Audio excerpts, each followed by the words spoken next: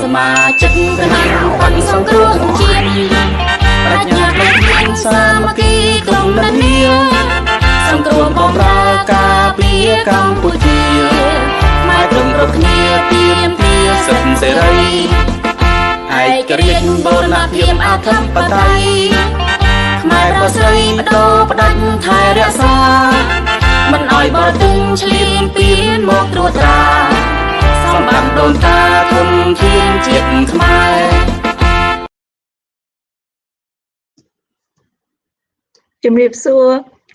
Hello and welcome to our Khmer Youth Voices for Justice. My name is Linda U. Today is Tuesday, actually Wednesday in Cambodia. Tuesday, January 26, 2021. This show is part of the CNRP-America TV show. I am broadcasting live from Los Angeles, California. Thank you for joining us tonight. We have two guests today. Let me bring them out. One of my guests, her name is Theary Seng. She is a lawyer, prominent lawyer. She's also very famous. Let me bring her in so that introduce her. Hello, Linda. Hello, everyone. Hello, friends and family all over the world, the CNRP family and friends who are supporters of the CNRP. Thank you. And thank you for being here, Theary. My pleasure. Thank you so much for the invitation to join you, Linda. Okay. My second guest, his name is Samady. He is the CNRP youth in Los Angeles, California. Let me bring him in. Samady, how are you? I'm fine, thank you. And you? Hello, Samady. Pretty good, thank you. Thank you for both guests for being here today. Let me start with Miss Theary, or I can call you Bong Theary. How are you doing, Theary? I'm all right. I'm well. It's morning here and it's beginning to be hot again. I'm well rested. I'm well, thank you. And you? How are you, Linda and Samady? I'm good. I am good. We have not gone to sleep yet, but I'm pretty good. That's right. I have been more resting than you lately. I saw on your Facebook regarding noise pollution. So were you subject to noise pollution last night? Last night was okay. So last night was okay, but the night before, yeah, there was noise pollution. Noise pollution is a problem here in Cambodia, especially in crowded areas where people play really, really loud music, blare club music throughout the night. My neighborhood is okay normally. Actually, it's a very respectful neighborhood. But a few days ago or 2 days ago, there was a wedding. So the wedding took over the weekend, and then it went over Monday night where it was just blaring club music. And the house was 5-6 houses away, but I could hear as if the music is right close my ear, as if I'm in a club. So for me, it was fine, but I was really feeling very badly for my neighbors who are garment workers, because I know that they have to wake up really early in the morning at 5 and leave the house at 6, and they don't come back until 7. So I was thinking, ouch. They're not going to get any sleep. Yeah. So noise pollution, not only do we have just fume from all the vehicles now, but noise is a problem here, and it hasn't been regulated. So I think people just need to be more respectful of each other. You know, before, when we're living in villages and we don't have a really tight schedule, where we have to make appointments and be at work at a certain hour.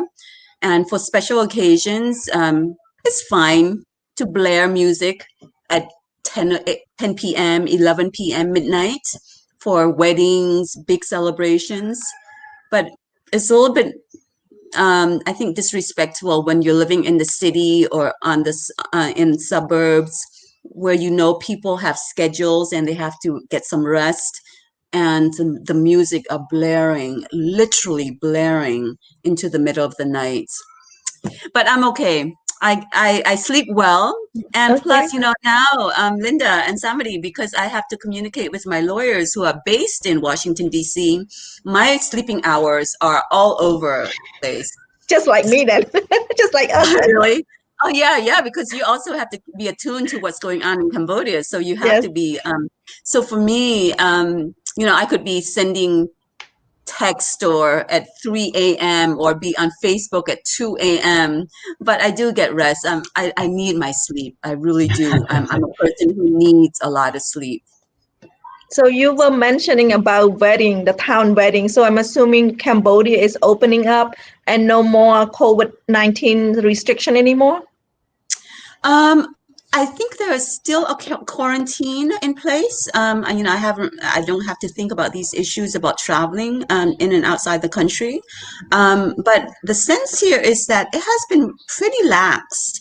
Okay. There have been twice, and there have been 2 times where Cambodians are very, very vigilant, wearing masks. When there's something in the news, most recently when the foreign minister from Austria, something from Eastern Europe, caught something. So a lot of people wore masks, but it's pretty laxed. My neighborhood, this village, no one wears a mask. When I go into Phnom Penh, I put on a mask, but most people have it with them, but it's half off, half on. So it's been the Cambodian community, and I think there is something about the sun and vitamin D and our diet. I know in the States, part of the problem is that people are overweight and they're eating something, whereas here people are just skin and bone. And it's also a very young population here. And I know that COVID impacts the older people more. Yes. But then it could also be because there hasn't been testing, or the information has been restricted also. So I think it's a combination of both. I think it's a combination of not having adequate, enough, sufficient testing to know what is the real situation on the ground. But I think there's also something that is a saving grace to a large degree, because I think of our diet. We were not overweight, the larger population, and we have a lot of sun and vitamin D. And even though the information about COVID is still, the experts are still working through the causes and the symptoms, but I don't know. But at this moment in time, people are pretty lax, and we're not as hard hit as the US, for example. Yeah, and so my following statement, then Cambodia doesn't need China vaccine. Well, first of all, anything from China, especially when it has not been approved by the World Health Organization, is suspicious, especially when we know China has design over Cambodia and Cambodians. So anything that impacts our health should always be a concern, and it's within our right to say yes or no.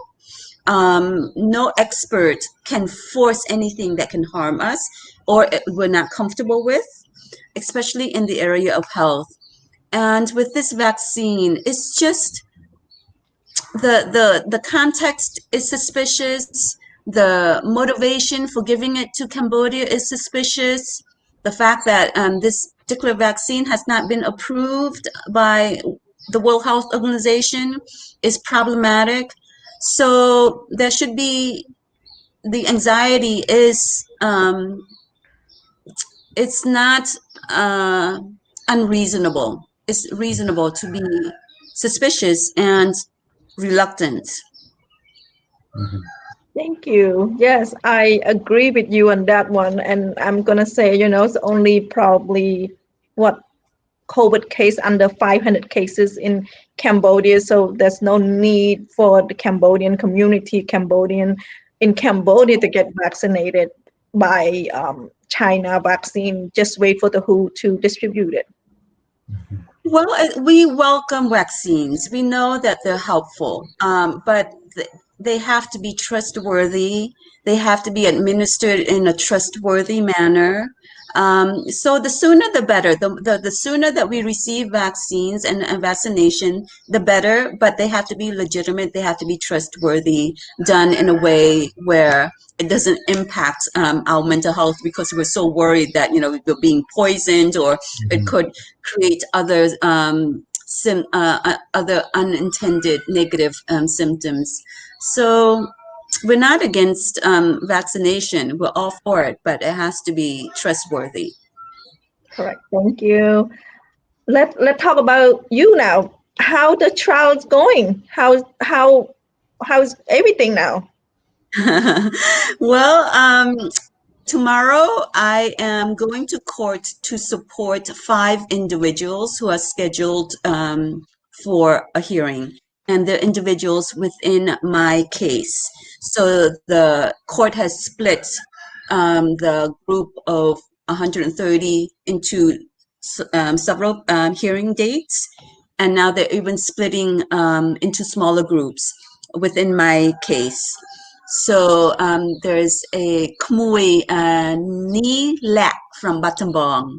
I promised her I would go to support her because she is scheduled to appear tomorrow. So I will be, I don't think they will allow me inside the courtroom or inside the court parameter, but I will be there outside the court to show my support for the individuals who are scheduled, 5 of them. My own hearing is next scheduled for February 28th. So I have at least 1 month yet. And I'm prepared. My lawyers and I are in communication. We have our strategy, and we have, what we need to do. So I will continue to be vigilant in following the political implications of it all. And now I'm sort of under partial house arrest, meaning that I don't travel as much because I have to look over my shoulders a little bit more than normal, which is expected. I take risks, but I don't take stupid risks. I don't take blind risks. I don't walk in front of a moving bus. I do look left and right, but I don't shy away from risks or these challenges, especially when I know that there are very few voices left inside the country who can speak freely the way that I'm speaking now, for both the international community and also for the Cambodians inside Cambodia. Because the others, as you know, are either exiled, in hiding, or behind bars in jail. So I feel an added responsibility, especially as a civil society leader who has been in the work, in the business of encouraging others to speak and to exercise their freedom of expression. Now it's my turn to do it in a more intense manner because of these absurd lawsuits. But I need to walk my talk. So I'm more aware of my responsibility to challenge these absurd lawsuits and try the attempt to.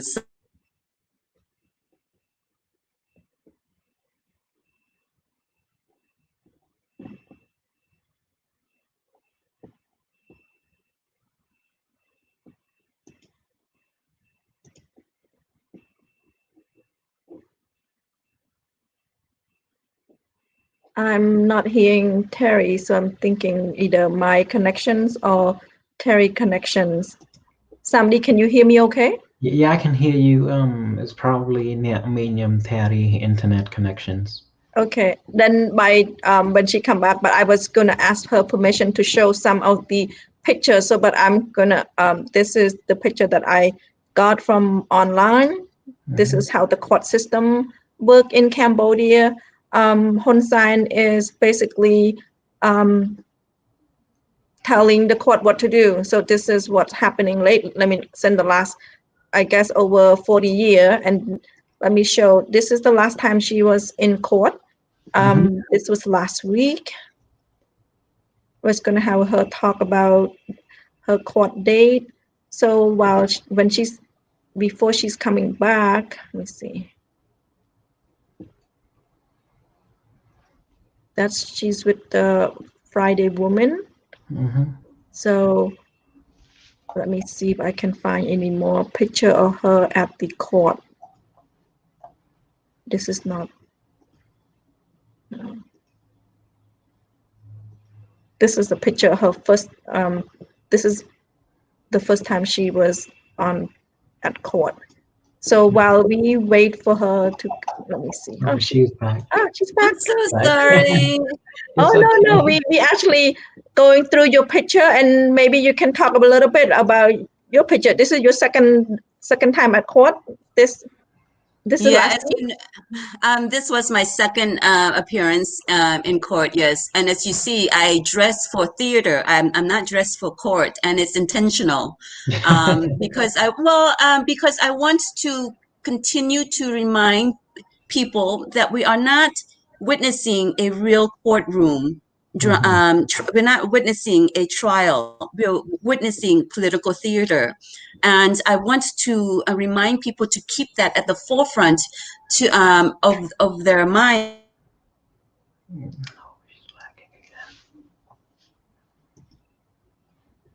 This is another one.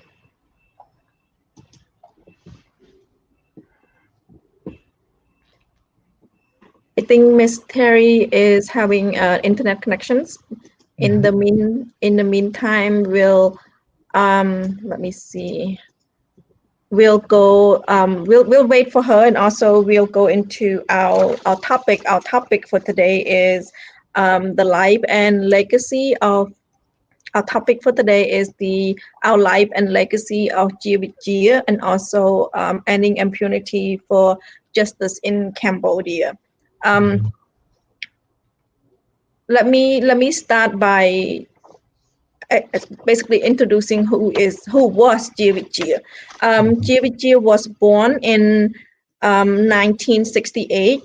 Vichea spent 7 years in Russia studying forest management. In 1995, Vichea crossed paths with Samrang Si. He took part in creating the Khmer National Party, which is later named the Samrang Si Party. In 1996, Vichea founded the Free Trade Union of Workers of Kingdom of Cambodia. This is the first trade union that truly independent of the employers. Basically, a union that take care of the worker. Basically, the most they work on is the garments worker. On March 30, 1997, he was injured in a grenade attack carried against a demonstration led by Samrang Si. But despite that, he still not back down. He's an activist, so he remained basically passionate about helping people. In 1998, Vichea became an advisor and also the president of the Free Trade Union of Workers of the Kingdom of Cambodia. On January 22nd, 2004, Vichea was assassinated in broad daylight. At 8:36, he left behind a little girl, and during that time, his wife pregnant. Later on, both daughters and mom received asylum in Finland shortly after that. This is just a little short introduction of who Vichea is. Later on, we will talk about his legacy and also talking about what it's meant for. How he's meant so much to us. I have a video trailer that actually, this video was a trailer made by Loudmouth Productions. It's actually basically a movie. It's called Who Killed Vichea. So it's for anyone that doesn't know who Vichea is, it's basically an introduction to who he is.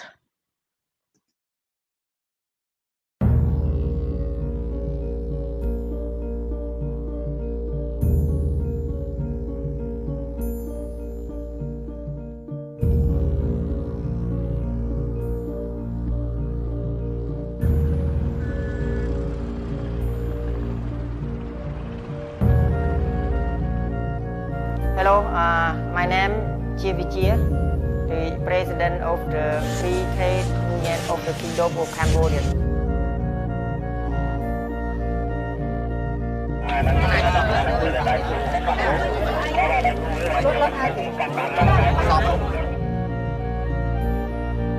I'm not afraid. I'm afraid like I die.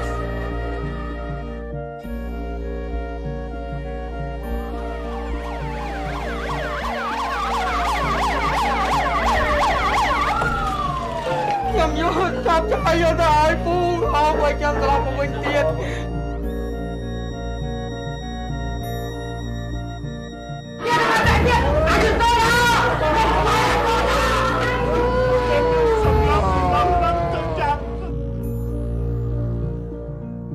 This country, yeah, a lot of bad things happening. Would you like to be something bad happen to you?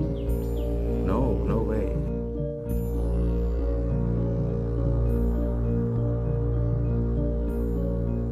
Niang khnyom chmo chia kam ni padai niang khnyom chmo chia Vichea.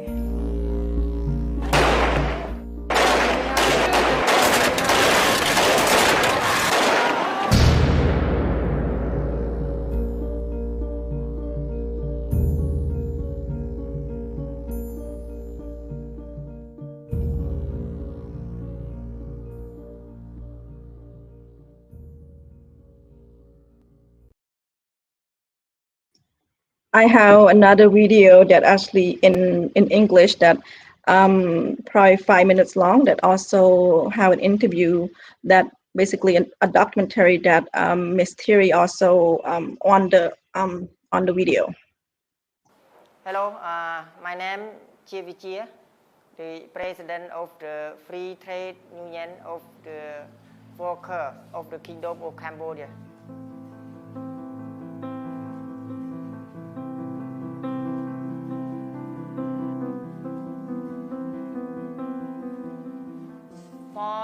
Thousands workers is member. They can call the strike or demonstration again to the result of the election. We organize the demonstration or strike again to the employers to be increase the minimum wage, to be improve our working condition. We are strong enough for make trouble for the government.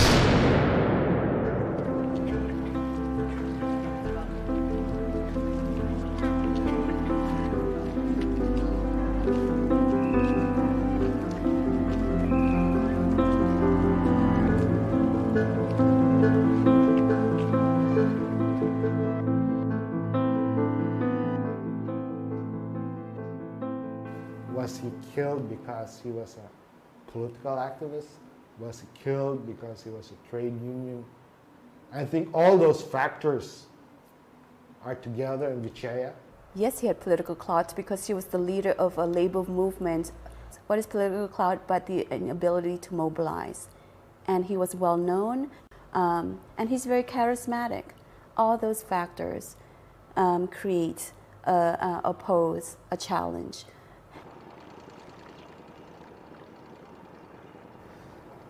There isn't much of an economy here, really, when you think of it. There's only three pillars: agriculture, which is very vulnerable to drought or flooding; tourism, which is even more vulnerable to instability or terrorism; and then garments. When you have a GDP of, what, 8 billion, and you ship to America almost $2 billion worth of garments, that's an enormous part of the economy. You know, there's, I think, 360,000 garment workers now. And that means each one of them may be taking care of 9 or 10 other people. So do the math, 3-4 million people are dependent upon Gap and Levi Strauss. Many of the trade unionists are extremely poor people who came to Phnom Penh only because they couldn't make it in their home provinces. And in a country with such grave poverty, you'd think that the interest of any government would be to represent some of the poorest people in the country. Well, the government's clearly aligned with the owners of the garment factories and not the workers. That's been the case since day one.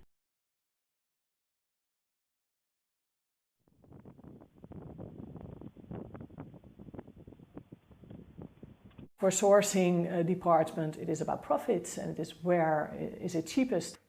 To say something about like the ethics of a company or the people working there, yeah, in the end, it's for PR reasons. And of course, they want people to have a good feeling when they buy their products.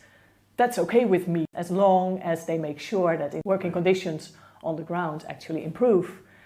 Of course, there are rights that extend beyond that, and those are, of course, the human rights of trade unionists. And part of this is also the right to organize and the right to form free and independent trade unions. That was part of the whole deal 10 years ago or 12 years ago, was that there would be a right to organize, collective bargaining, all that stuff in order to get the quotas to America. When you look in Asia, Cambodia ranks among the highest when it concerns violence against trade union leaders. I think the US, as other countries in the world, look at Cambodia's case, they want Cambodia case to be the good product of international aid. At this moment, democracy in Cambodia is in trouble. And the world, the community has to recognize that. What can we do is that we can try to keep up the pressure by keeping the focus on these cases. We can keep the pressure on the Cambodian government. People, of course, as consumers have a certain power. And although one consumer might not have that much power, but Consumers United have that power. Clearly, the people of Cambodia deserve better, and they're not getting what they deserve.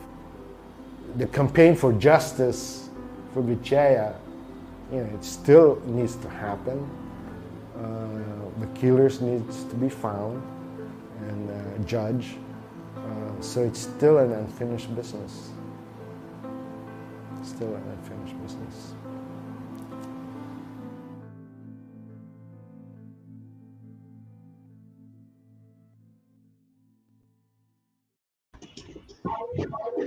Welcome back, Bang Theary. So sorry, I'm not sure what's happening here with my connection. I'm glad to be back. Let me, you saw a little bit of the video, right? Do you remember being on that documentary speaking? Oh, she's lagging again.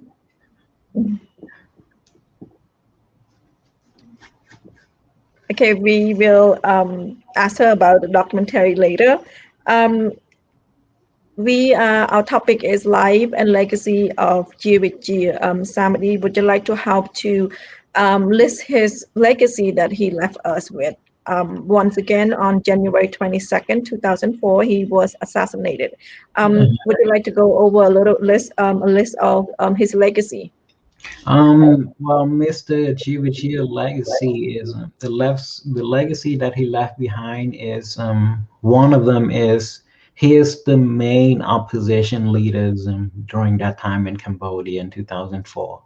He is the founding father of the opposition, the one who have the power to stand against Hun Sen. And he's the human rights defenders and the president of Union of Workers in the Kingdom of Cambodia. Remember, this is in around the 2000. Cambodia just came fresh from the 1997 coup d'etat, which killed a lot of innocent life during that time. And not a lot of people dare to stand against the Hun Sen regime, but Mr. Chea, he is not afraid of the Hun Sen regime and dare to stand against his government and speak out his voice. So in my heart, he's the hero and the founding father of the opposition against Hun Sen regime during that time. And the reason they kill him is they're afraid that he speak the truth. As you see in the video, he said he can easily summon 40 to 50,000 peaceful protesters anytime to fight for democracy, to fight for minimum wages. So this is really dangerous. A person holds so much power and able to summon people to have peaceful protests anytime. This is really a threat to Hun Sen during that time. So as a result, he doesn't know what to do. He had to get rid of Mr. Vichea, which is so unfortunate to lose such opposition leaders in Cambodia. Let me add Netbong Theary back to the stream. Hello. Hello, I'm so sorry. I don't know what's going on here on this side. It's okay. Let me get back to my questions. Do you recall coming to Cambodia? She's lagging again, Mom. Let me see. Let me see if I put someone down. It's the server, Bong. It must be the server in Cambodia. Okay. Okay. Yeah. Then can you give us some more of his legacy, what he did while he was alive? He's so young. He's died at the age of 36. I mean, he got assassinated at the age of 36. So he left a lot of legacy. Can you share some more with our viewers? So by focusing on a single key cases, which to bring down to the human level, which is necessary because the power that the Cambodian regime will work on the human level. It is a personal feel of Hun Sen. He's fear Vichea. And that fear, he used it on Vichea to show the people who support him to limit what they can do during that time by assassinate Mr. Vichea. Because he know that his regime has the power of life and death over everyone in Cambodia. And this is what the regime intend to illustrate by killing such a well-known and loved person like Mr. Vichea. They can kill anyone, anytime, anywhere.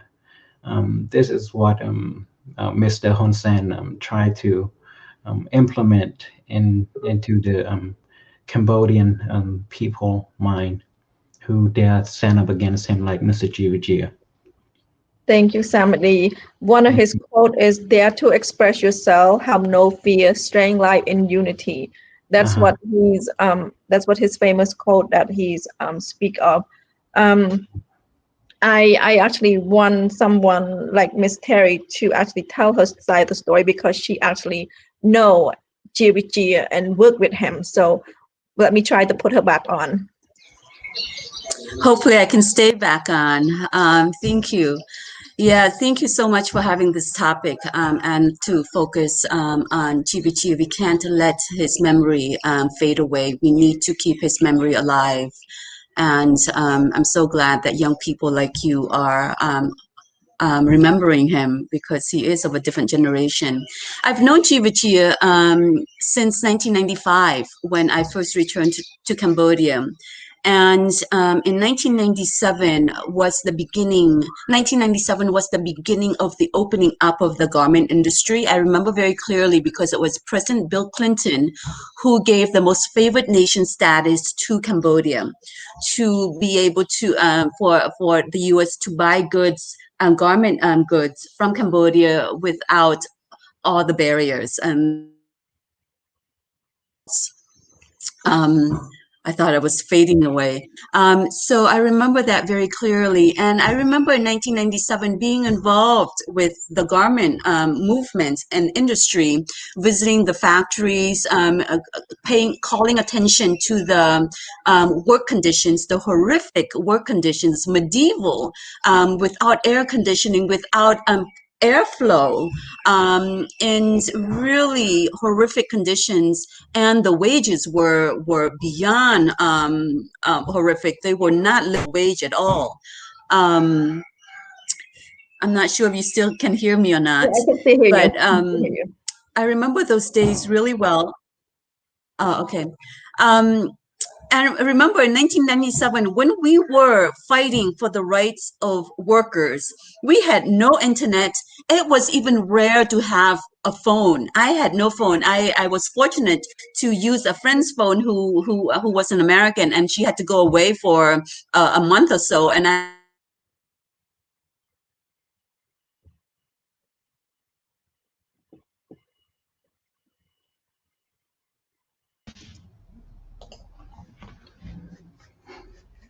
Samady, the floor is yours. let me show our viewers some image when we talk about factory worker, when we talk about people that sewing clothes, people sewing out Nike shoe. This is what it's actually in the morning look like. Let me see. This is one of the factory. So basically in the morning they would go in, and I believe they start at 7, 11 o'clock lunch, go at 1 o'clock, go back. So they are working 6-7 days a week. And usually this is how they get to the factory. Let me show some more picture.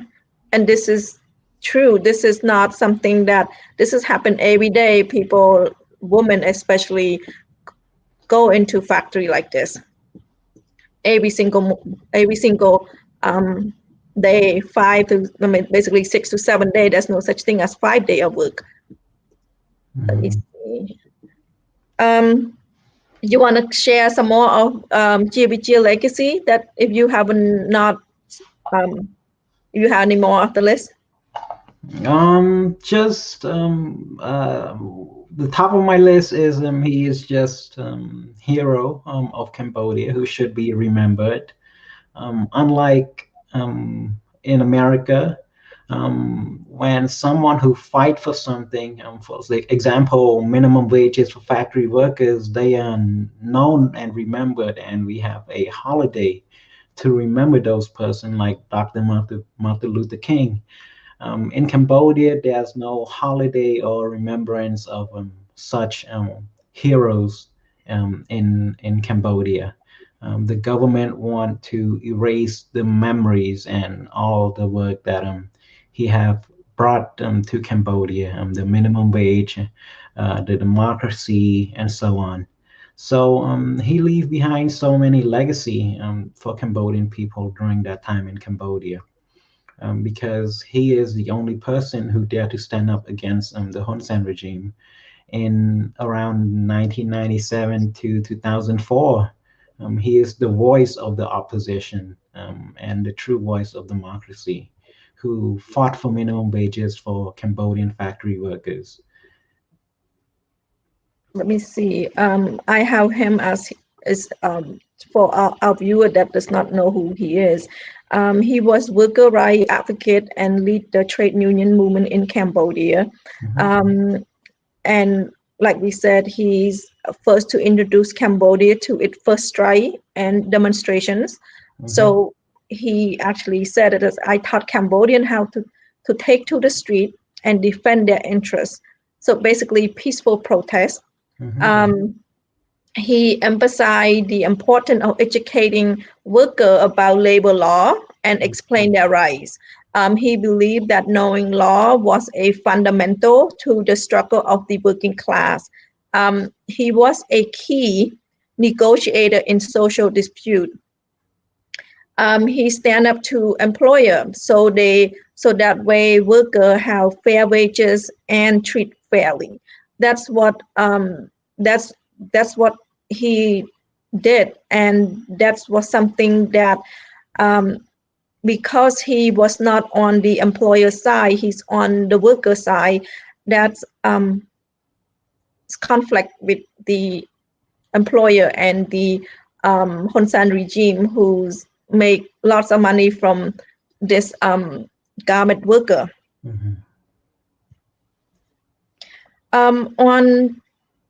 He was assassinated on January 22nd. On January 25th, at the cremation site,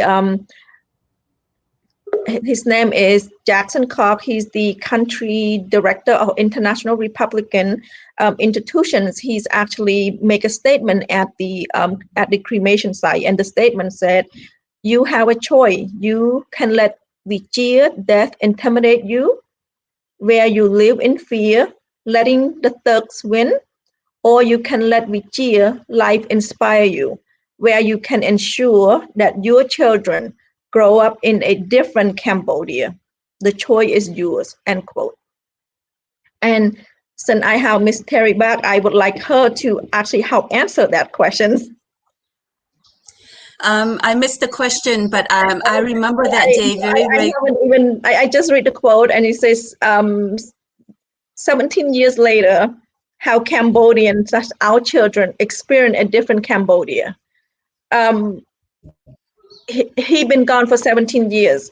Has anything changed for the last 17 years?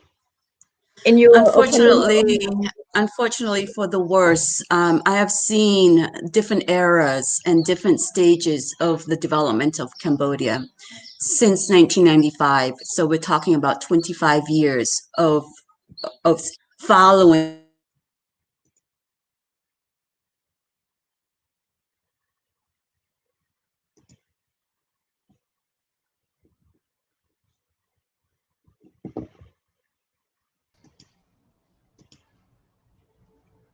Now it's your turn, Samady. How Cambodian or our children, based on the quote, does our children experience a different Cambodia yet? Like Namin Sen stated, no, Cambodia hasn't been receiving any changes since 1995 to now, because as you can see, the expense keep on increasing in Cambodia, the rent keep on increasing, and the minimum wages still stay the same, because the Cambodian government doesn't want to do anything to increase the Cambodian factory worker. That's why you see millions of Cambodian worker flee away from their country to find a decent paying jobs in Thailand and in Korea.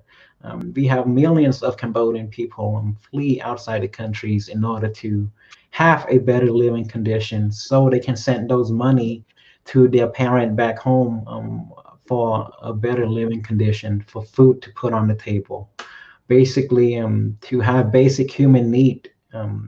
So it's really unfortunate that nothing has changed. In order for to see Cambodian receive a true change, our factory workers, we must create job in our country and bring back those millions of factory workers back into our country. Once there's no more Cambodian workers flee away from their own country to work in another country, that's when Cambodian will see a true change for factory workers. So your definition is nothing have changed for the last 17 years, and Mr. Vichea have been assassinated. Thank you, Samady. Let me put Nebong Theary back so she can continue. Come out long. My house is being haunted. So sorry for this weird connection. The changes have been for the worst. I have seen the different stages of the development of Cambodia since 1995, when there were no roads, there were no cafes, there were no wine cafes, when you had to get gasoline from stands in Coke bottles, and to only the presence of the Vietnamese, now the presence.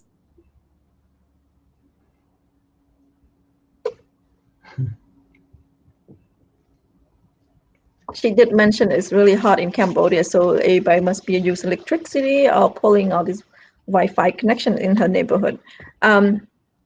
Let me continue with our topic. Our second, I was wanting to show her the picture that she went on January 22nd to honor him, to remember him. This is her picture, and let me see, I believe I have one more. It's a very quiet. Is that his actual status, Mom? Yes, that's his actual status. It's in Phnom Penh. It's a crop from the, I guess what Khmer would call Women Igrit. So it's a very quiet ceremony. So it's pretty sad. It's a day that we remember him, and not many people show up and remember him. And I'm assuming that probably have to do with not allowed being there. So so this happened on January 22nd. Just a few days ago. Yes, just a few days ago.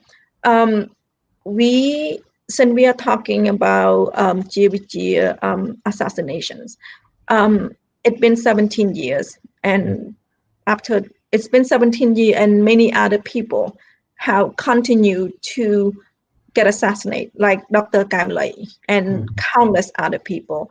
So the impunity in Cambodia, there's no, basically it's a political motivated, that's one.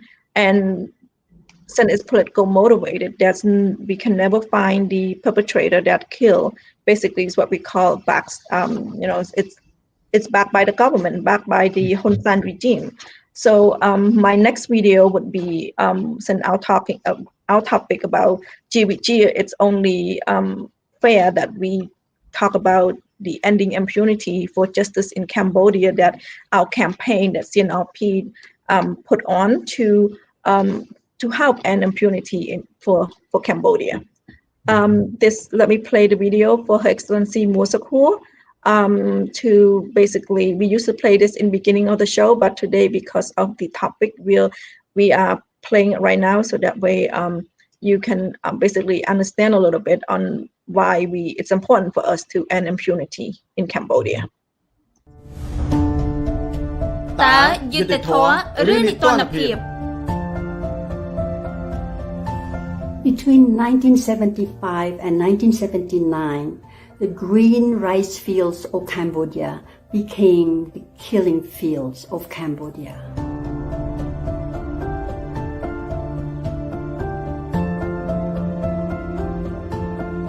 Over 2 million lives were lost, including the lives of my own parents and many of my relatives. The Khmer Rouge wanted a society that is equal according to them. We still live and we are haunted with the legacy of the Khmer Rouge, which is the culture of impunity that continues to exist in Cambodia today. It is for this reason that we have started a campaign, worldwide campaign, a campaign to end impunity in Cambodia by seeking justice for cases, for the executions, for the killings that are organized, that are backed by the state. Among those cases of state-backed killings are the killings of Vichea, a very famous trade union leader, Vichea, a ballet dancer, of Kamlay, an independent analyst, of Chutvuti, a well-known environmentalist, of Venerable Sun Bunthun, who was advocating for the monks to have the right to vote, including workers who demanded fair wages. The campaign will also advocate for governments that are members of the United Nations to put pressure on the government of Cambodia to conduct independent investigations by using universal tools such as the UN Protocol for Independent Investigation. The campaign will also advocate for governments that believe and want to protect universal human rights to impose sanctions on the leaders of the government of Cambodia who are implicated in these state-backed extrajudicial killings. We ask you to be with us, to support us, to be part of a campaign to end the culture of impunity in Cambodia and to find justice for those who have been waiting for justice for their loved ones killed by the state. There cannot be real peace unless there is justice. There cannot be justice unless there is independent investigation. And then take those cases to an independent justice system. Join us by signing on this petition. Thank you.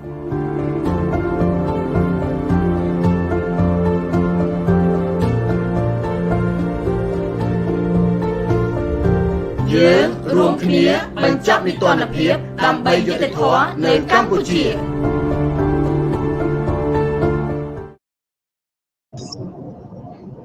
that is our campaign, ending impunity for justice in Cambodia. Please support our petitions. It is at change.org. You do not need to be Cambodian. Any national can sign that petition. Since we're talking about Vichea today, and there's countless other people, many other people that are killed by and state back killing, meaning we can never find the true killer, and that's why we have a petition right now. Welcome back, Netbong Theary, and welcome back, Samady. Thank you, and hopefully I will stay on now. Give it one more try. I'm so sorry for the disruption. You know, we are a country of sorrows, and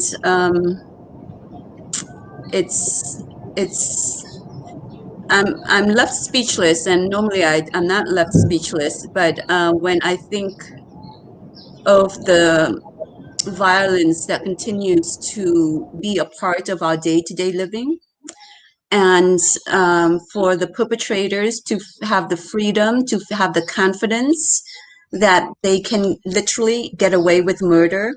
So the most simple definition of impunity is getting away with murder. And we are a society of murderers who are getting away with it, including the Khmer Rouge era, and then during the Vietnamese occupation, and all the different killings that we don't even, that were done in the dark without any scrutiny. And now we're still going through a lot of violence. So, yeah, impunity is the confidence of perpetrators to freely commit crimes with abandon, without any fear of punishment, of repercussions. And we need to end that, because we cannot build a society based on violence. We cannot build a society based on destruction, the destruction of lives, the destruction of natural resources which provide the livelihood and sustained our day-to-day living. So we, not only Cambodians, but we, the international community, non-Cambodians, should worry about what is happening in Cambodia, because the destruction to lives and to the environment impact the region, our neighbors in ASEAN, and impacts for sure, the environment has consequences, because environmental pollution has no boundaries, knows no boundaries. So the international community needs to intervene very forcibly again, like it did with the Paris Peace Agreements.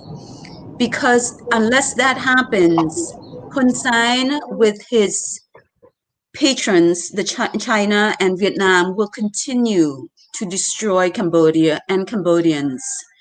This is not a regime that cares for people or for its own blood. It has no shame. It has no shame. It has no identity or connection to the Cambodian people. It's that simple. And when that happens, it's really difficult to plea to the humanitarian side of this regime, because it's a very bloody regime. There have been many pleas before for Hun Sen to reform, to think of his own identity as a nationalist, as a Khmer. But he's so uncreative, and he feels so trapped within the embrace with a wink, of Vietnam and now China.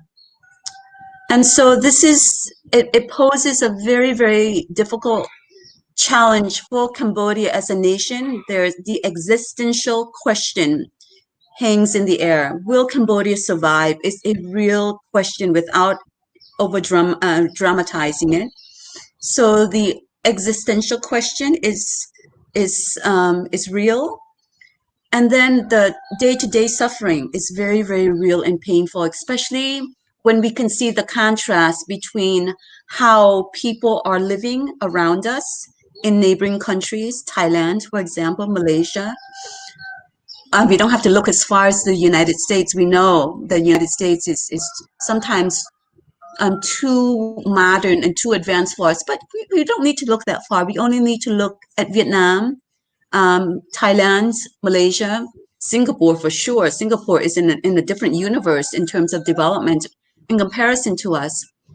And the only difference between us and them in terms of our development is leadership. So leadership is everything. And unfortunately, we have a leader who is unfortunately been trapped and been trained and been groomed at a very impressionable age by powers who have evil designs on Cambodia. But despite the fact that we are in facing great peril right now, the hope is there, but it requires that we sacrifice and we unify. But unification and coming together and being in solidarity with that doesn't mean that we don't criticize the fake ones. For example, I don't want to go too close into this, but we need those who are only use the word unity, but are really there to create chaos and to further divide the fake ones. We need to call them out as well. And I've been doing that, but I know the sensitivity of that. But that's also a danger. It's cancer from within. And we need to frown upon that and give no room to that type, despite the fact that I know the strategy to appear to unify. But if the reality is cancerous, we also need to be aware and deal with that. And Vichea continues to be an inspiration because he is genuinely an inspiration. He's not the only one who have given his life for Cambodia and her well-being and her survival as a nation. Many others have also given their lives, Thun Bun Lee, for example. And we will continue to be inspired by them and to work on in the wake of their legacy. So, you know, when I first heard about the murder of Vichea, I was in the air. So when he was assassinated, I was in the air, flying from Washington, D.C. in the direction of Cambodia. I was being flown by an American law firm here. I was moving home. The beginning of it was January 2004. I had always been to Cambodia every year since 1995, but this was a permanent move where I was moving all my things, and this law firm was doing that for me. And so the law firm had a car and a driver waiting for me at Po Chun Tong Airport. And I was excited, you know, I was coming home and moving permanently home. And so I remember very, very clearly as we're at the gate and the driver had to give the ticket at the gate to go out the exit. I remember turning to him as we're waiting for the ticket to come and to be given back to us, or the change. I said, "So what's going on?" You know, I was excited. And he didn't know that I knew Vichea, but Vichea was so well known, and he just turned to me nonchalantly and said, "A union leader was killed, Vichea." And my heart just sank, just dropped. And so that was how I knew about Vichea. And during his funeral, I had an agreement with the law firm that if I am to be hired, I cannot be engaged in political activities or and hold demonstrations or join demonstrations or be seen visibly with the opposition. So that was part of my contract with this American law firm. So I couldn't be visibly, I couldn't join the stage with Jackson Cox. I knew Jackson, I know Jackson. To this day, I know Jackson. But I knew him when he was also the chief of IRI here on the ground. I knew Ron Abney, his predecessor before him. But I walked through the crowd. I weaved through the crowd just as an observer because I really wanted to be there quietly to pay my respect. But even though I couldn't do it publicly, and join the people who were there giving the speeches, whom I know. I think Prince of Raywood also has said something, and Jackson Cox, and many others. So that was really painful that I couldn't publicly express my my grief. But I was there. I was there in the crowd, and I heard Jackson said those words. So it's amazing that it has been 17 years and billions of dollars have poured into Cambodia, and we're going backward because of leadership who are so destructive to Cambodia and to Cambodians. Yeah. But I'm glad to see that young people are remembering Vichea, even though you probably weren't even born then. Have you seen the whole movie Who Killed Vichea? Have you watched the whole movie? I have, and I know Bradley Cox, and I'll just put it that way. I know Brad. I'm a fan and admirer of Brad. He does an amazing job with the film. Very, very courageous. I know that he's probably on the regime's blacklist, yeah. So I know the film well. Yeah, I know what the film about. So I actually forced myself to watch it last night because to prepare for this show, but because it's something that it's there, it's the gruesome, the detail.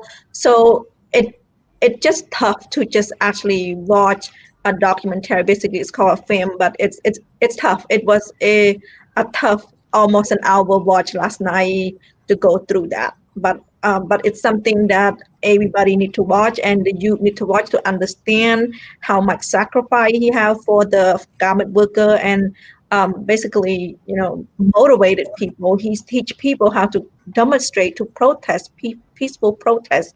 And for now, I need them. I need garment worker to protest, not to peaceful protest, to say what's right and what's wrong, because he stand up for them. He stand up to protect them, to ask a voice for them. And I believe because he does not leave the country, I think one of his statement was, if I leave, who's gonna help them or take care of them? I think that's his word. So I believe it's now that it's the people time to stand up, and the people time to, it's been 17 years, and like you said, we're going backward. I agree that we need to keep his legacy alive, and we do that by living out our freedoms, what he advocated. We should not let his life be sacrificed in vain. We need to give value to it by living out what he would have liked us to live out, which is our freedom, exercising our freedom, bringing about democracy, protesting injustices in a peaceful manner.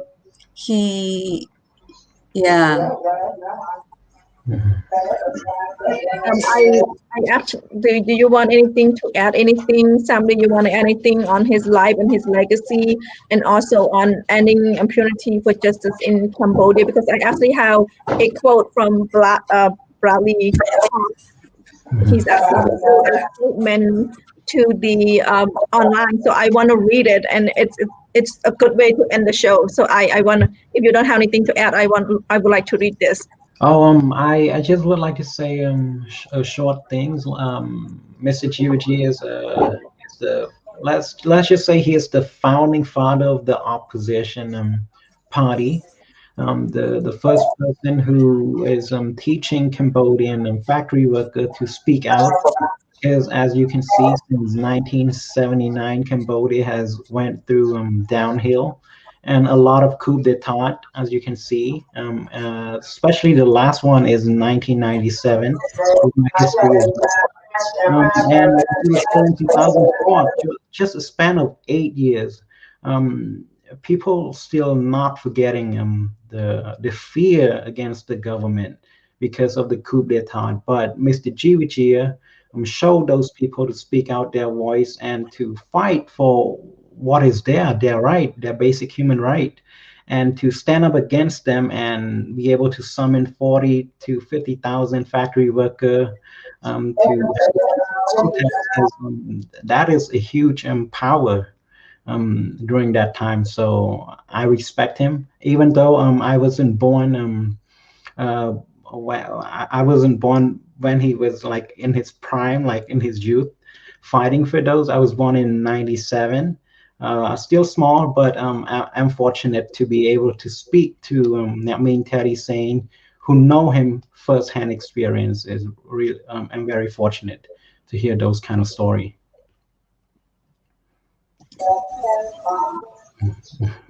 Okay. Do you have anything to add, Miss Theary, or you want me to just read the end statement so that way we can know what the basically he's the director of the movie if you watch the movie.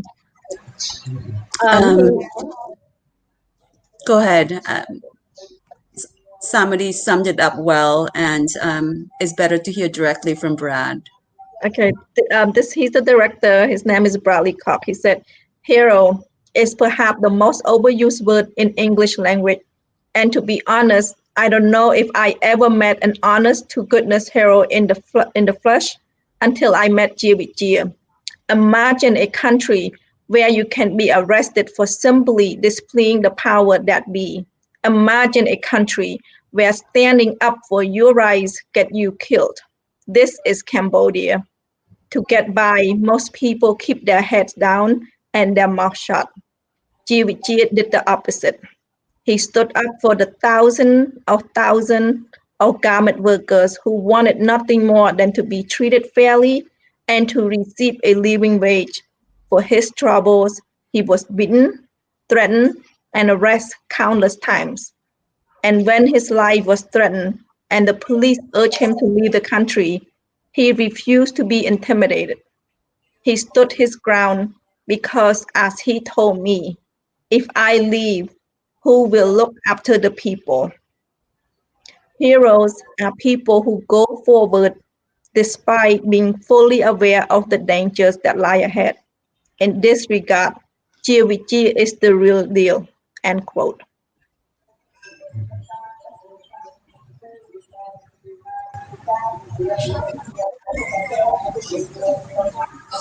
Let's sing that in. It's powerful, and I couldn't say it any better than that.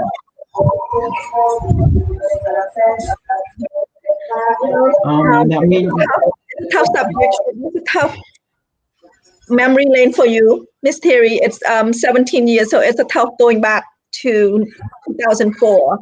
But we have to honor his memory. We have to honor his legacy. That's why we talk about him. That's why we want the new generation to know about him. Isn't that the reason why Theary Seng wear red to the court summon, a red dress?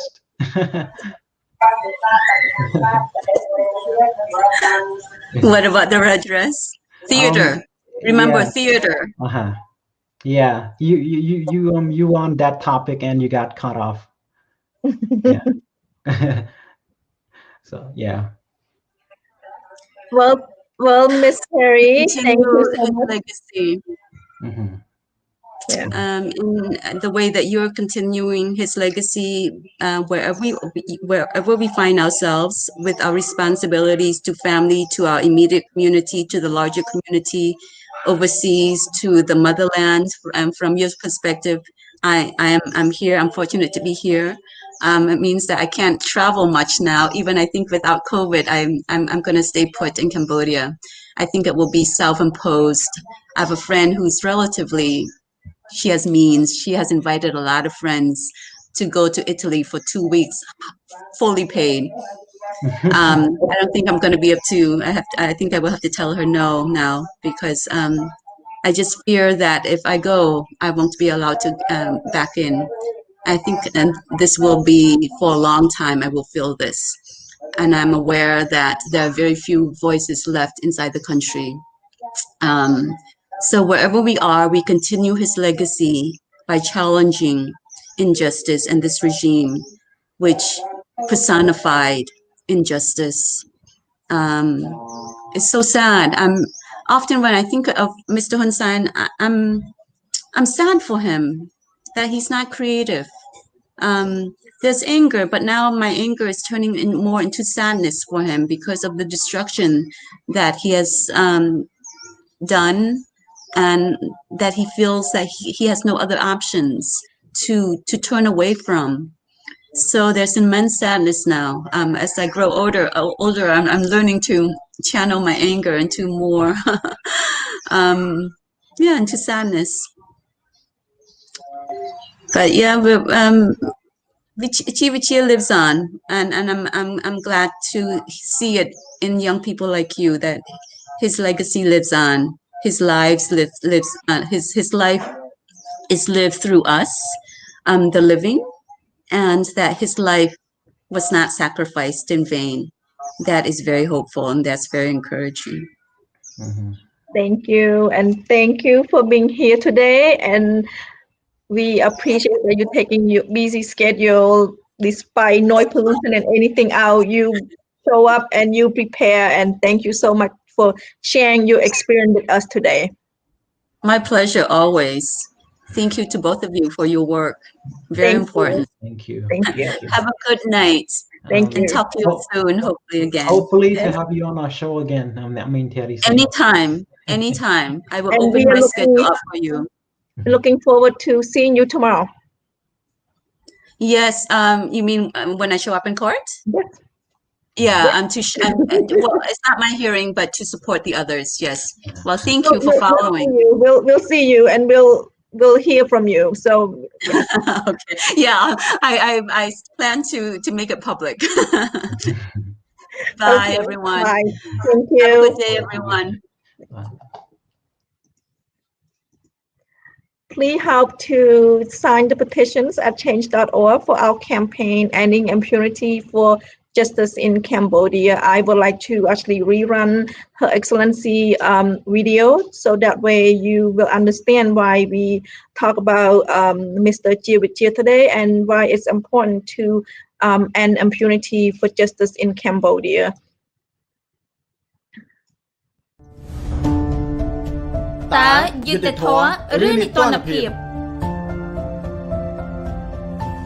Between 1975 and 1979, the green rice fields of Cambodia became the killing fields of Cambodia.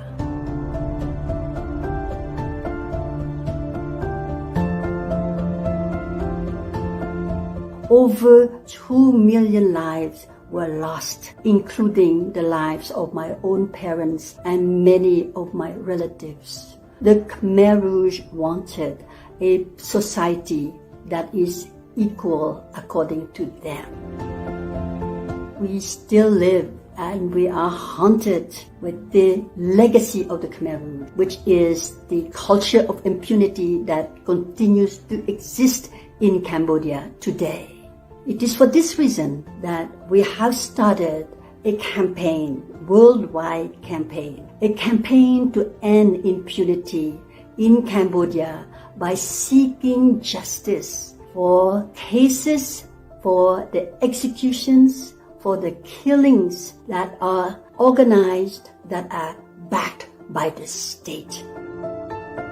Among those cases of state-backed killings are the killings of Chea, the very famous trade union leader, Bisep Pilaka, a ballet dancer, of Khmer, an independent analyst, of Chutvuti, a well-known environmentalist, of Venerable Sun Bonthuen, who was advocating for the monks to have the right to vote, including workers who demanded fair wages. The campaign will also advocate for governments that are members of the United Nations to put pressure on the government of Cambodia to conduct independent investigations by using universal tools such as the UN Protocol for Independent Investigation. The campaign will also advocate for governments that believe and want to protect universal human rights to impose sanctions on the leaders of the government of Cambodia who are implicated in these state-backed extrajudicial killings. We ask you to be with us, to support us, to be part of a campaign to end the culture of impunity in Cambodia and to find justice for those who have been waiting for justice for their loved ones killed by the state. There cannot be real peace unless there is justice. There cannot be justice unless there is independent investigation. And then to take those cases to an independent justice system. Join us by signing on this petition. Thank you.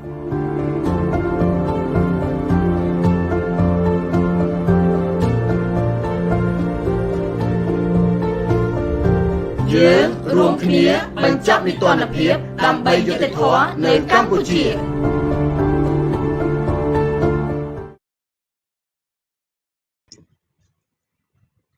Thank you for joining us today. Please help to support our petitions. Our show is at the end, so I would like to wish you a good night and hopefully you have a good week this week. I see you back next week, next Tuesday at the same time. Thank you.